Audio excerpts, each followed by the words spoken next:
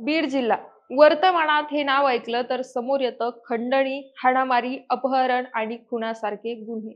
पण बीडची ही खरी ओळख नाहीये, मुळात कधी नव्हतीच. डोंगराळ भागात असलेला हा बीड जिल्हा इथल्या ऊसतोड मजुरांसाठी ओळखला जातो. कदाचित संपूर्ण भारतात सर्वाधिक ऊसतोड मजूर हे बीड जिल्ह्यातच सापडत असतील. आपलं पोट भरण्यासाठी परमुलकात जाणाऱ्या बीड जिल्ह्यातील ऊसतोड मजुराचं जीवन काही सोपं नसतं. त्यांच्यासोबत कोण कधी घात करेल काही सांगता येत नाही आणि घात करणारा आपल्यातला असेल की परका याचीही शाश्वती नाही. असाच आपल्या माणसाकडून घात झालाय तो विकास जोगदंड या दलित ऊसतोड मजुराचा.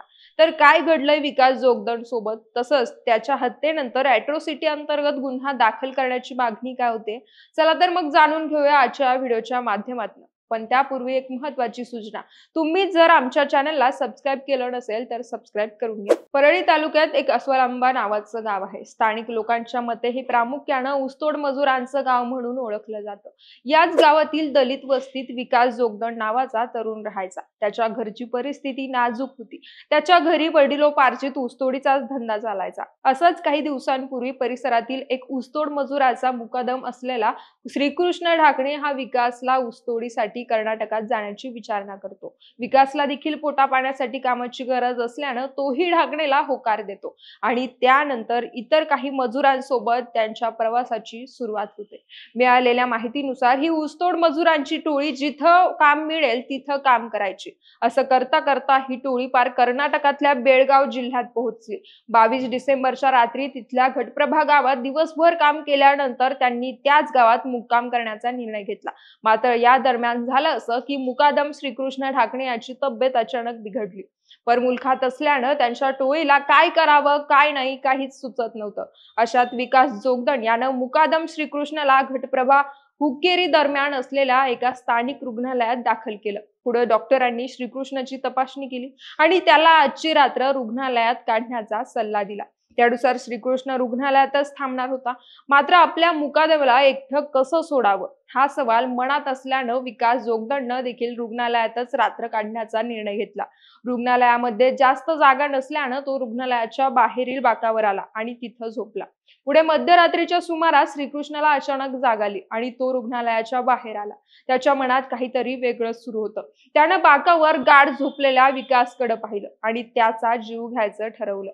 त्याने रुग्णालयाच्या पायऱ्याच्या खाली असलेला भला मोठा दगड उचलला आणि विकासच्या डोक्यात घातला. डोक्यात दगड पडल्यामुळं विकास तडफडत एका अंगावरून सरळ झाला. मात्र त्याचा जीव काही गेलेला नव्हता. पुढे श्रीकृष्णानं विकासच्या छातीवर बसून त्याच्या डोक्यात दगड घालण्यास सुरुवात केली, ज्यामुळे विकासचा जीव गेला. दरम्यान रुग्णालयाच्या सुरक्षा रक्षकाला आवाज आल्यानं त्यानं घटनास्थळाकडे धाव घेतली आणि विकासच्या छातीवर बसलेल्या श्रीकृष्णाला पकडलं आणि बाजूला केलं. तसंच पोलिसांना देखील फोन केला. त्यानंतर पोलिसांनी येऊन आरोपीला ताब्यात घेतलं. पुढे जेव्हा ही बाब विकास जोगदंडच्या घरी कळाली तेव्हा त्यांच्यावर दुःखाचा डोंगर कोसळला. दुसऱ्या दिवशी विकासचे वडील, चुलते भाऊ आणि इतर नातेवाईक हे घटप्रभा गावात पोहोचले. त्यांनी विकासचा मृतदेह ताब्यात घेतला. तसंच 24 डिसेंबर रोजी त्याच्यावर अस्वलांबा गावात अंत्यसंस्कार करण्यात आले. तर विकासच्या वडिलांनी घटप्रभा पोलीस स्थानकात आरोपी विरोधात गुन्हा दाखल केला. त्यानुसार तिथले पोलीस हे तपास करतात. मात्र विकासच्या हत्येमागे जातीयवादी भावना असल्याचा आरोप दलित पॅन्थरचे नेते दीपक केदार यांनी केला. केदार यांनी आपल्या फेसबुक पोस्टमध्ये लिहिलंय की विकास जोगदंडच्या हत्येची सगळी घटना ही सीसीटीव्ही मध्ये कैद झाली आहे.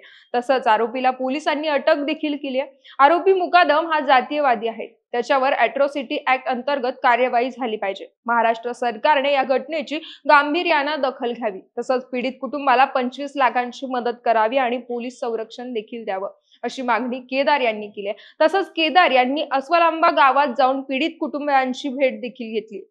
तर तुम्हाला काय वाटतं, खरंच विकास जोगदंडची हत्या ही जातीयवादी भावनेतून झाली आहे का? तुमच्या प्रतिक्रिया आम्हाला नक्की कळवा. तसंच राजकीय आणि सामाजिक विषयावरील व्हिडिओसाठी आमच्या चॅनलला सबस्क्राईब करा.